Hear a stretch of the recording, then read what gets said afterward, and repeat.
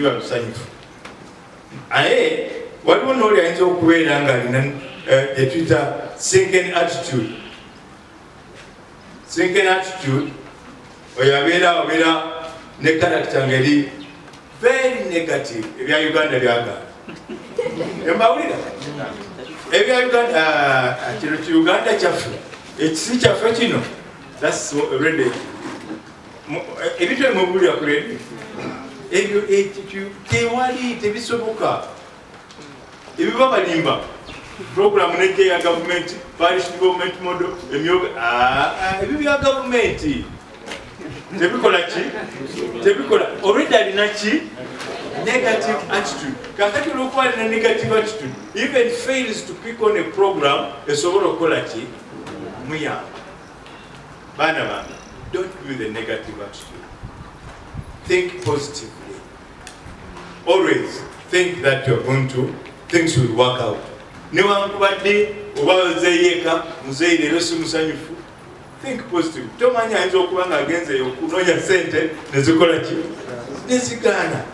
Tomorrow will be better than today. Abamu kufe ekitulemesa emirimu bakuwadde omulimu bagambye njagala obeere wano ssaawa 2 ojja ssaawa 5 bosi yakusookawo ku ki mulimu.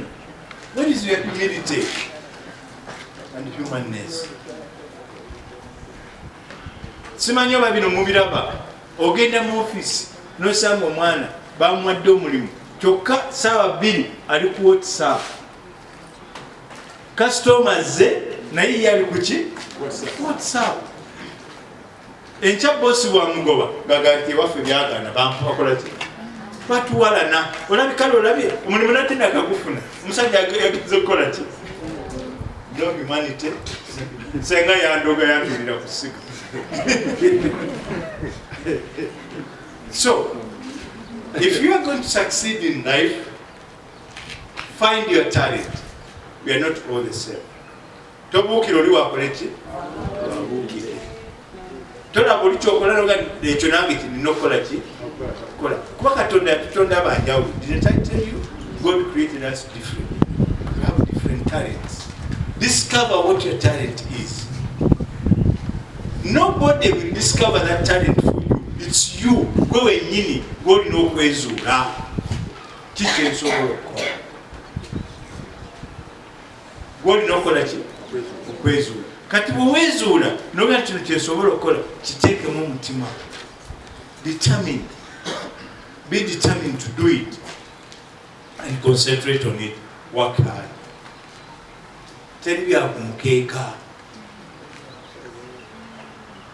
Abagala ebyokumukeeka be bakeera okuba abagenda ekirofu okusika obusawo bw'abakyala nga balowooza. That's not a talent. Please don't talk that as a talent. Okusika obusawo kiro si talanta. That's not a talent. That's a vice. So I want you to, as I wind up, I want you to first of all have confidence in yourself as a person. Go. We be sure that you have what it takes. What others have been able to do, you can do as well, if not even better. When you try to Galia, bimuyitako buyisi obakigenze no yetakola ki tebimukwatako. But I don't want you to have any of the other. I want you to have a positive attitude, because that's what determines your altitude and how far you will go. When somebody has a positive attitude, if you give him a heap of garbage, you can turn it into money. But if somebody has a negative attitude, even if you give him a heap of garbage, attitude is 1. Because it has given you 100 what? 100%. All the others, you have the money, you have the what? You're hardworking. If you're hardworking but the attitude is negative, you will not score success. So, for you to score successfully, you need a positive attitude. Then that can be coupled with humility. Are we together? Yeah? Attitude determines altitude. So if you have a positive attitude, even if you have very little money, you can still make it successfully 100%. If you have a positive attitude, as I say, you make out of garbage, you can correct and make money. If you have a positive attitude, you can start from zero and become somebody. You get what I'm talking about? So have a positive attitude. Now, attitude determines success, and that's my last talk. Waggulu omutula wano wansi ne maama bw'akugira n'akuwayo ekitole ky'ettooke olunaku lwawe n'olubala. Now, things have changed. The parents now are available. Make them more available. If you make them close to you, you'll even share some of the challenges which you think are challenges. You'll be able to share with them. But because you are not close to the parents, because you don't bring that love together, you even fear to share your challenges. Kanogendo nonya muno ng'owulira ekizibu kyo ate nga naye alina kiki? Naye alina mu bizibu bye. Please get close to your parents, love them, and I can tell you, oba okyalina muzaddewo, love your parents. The day you see that gap nga bavuddewo, you'll feel it. Some of us are feeling it now. Love your parents. Love your siblings. Baganda, mubagale. It doesn't cost anything. You have heard what love is all about. Teyebulumiza, tekola ki, tomwagala lwa nsonga. No, don't love conditional. Love, just love. Why am I here? I came here because of love. That's what brought me here. I didn't come here to spend this time to get serious saying. It's not about earning money. No. I came here because I love the youth. I love people in this country. And that's what I've ever seen love given back to me. If you give love, the world will love you. I've seen it myself and I'm a witness to that. I saw love being given back. So please love. Love unconditionally. Love. Wenfuna enyumba ey'ebisenge ebisatu. Ekiro kyange kijja kuba kikoze ekyo. Kituukiridde. Eriyo lyaganizibwa enfunwa lumu eki n'engizimba. Ekiro kyange kiba kikoze eki. So success is also in the mind of the person. Yes. It's relative. It's not across. Toyinza agamba nti bwe ndifuna amasomero ng'agamukulu mato. Kisoboka. Ng'olokoze eki ng'omaze. Kakati toyinza okwesanga nga mukulu matovu naye agati senga atuuka ku gamukulu mwingo.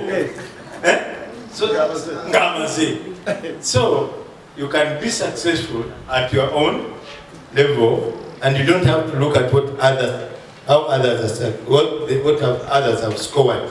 If you set yourself a goal and you achieve it, then you can call yourself successful. However, it says success or failure is caused more by the mental attitude. By the mental attitude. Attitude to deal with 100 what?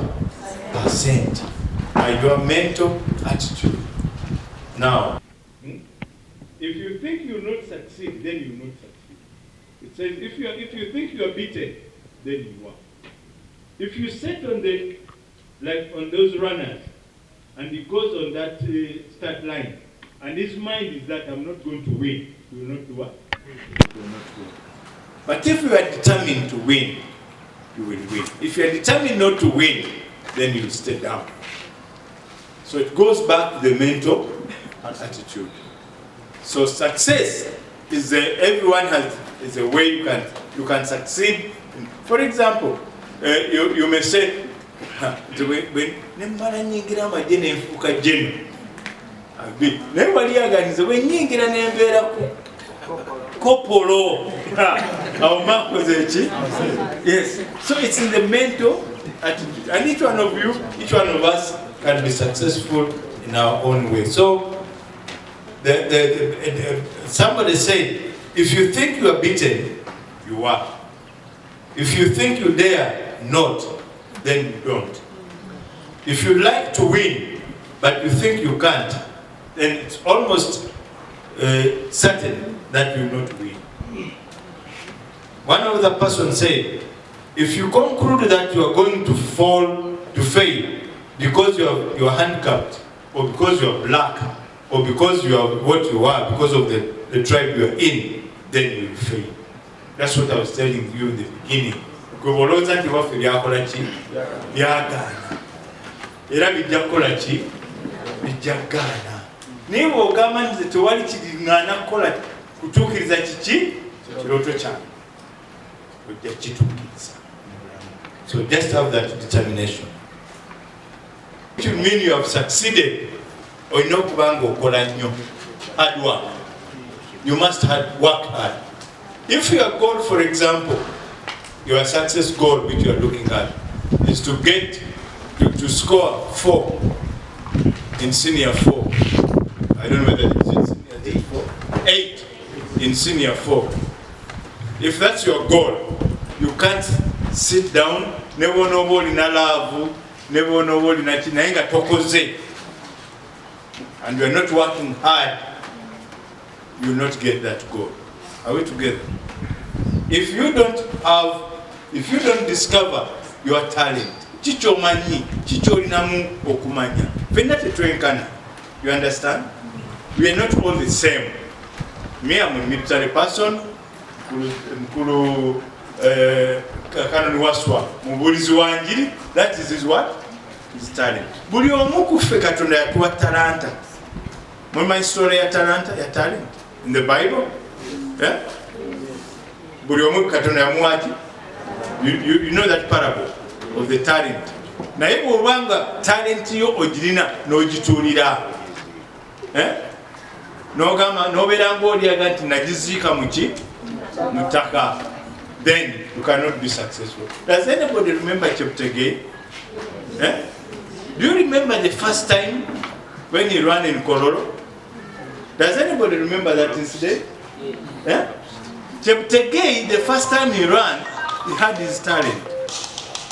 And he wanted to exploit his talent. The first time he ran, he totally failed. Even these media people started making jokes. Taduka mu reverse. But the fellow had a problem. Yafuna akabengo. Nekamusimba. He was leading. Nafuna akabengo nekamusimba. Natandika okukola ki? He was the last. But he never gave up. He remained with a positive what? Attitude. He never gave up and he worked hard. Now Cheptegei earns millions. So even yourself, even if you have your target, you have your goal. Even if you try the first time and it fails, don't do what? Don't give up. Remain focused on your target if you want to succeed.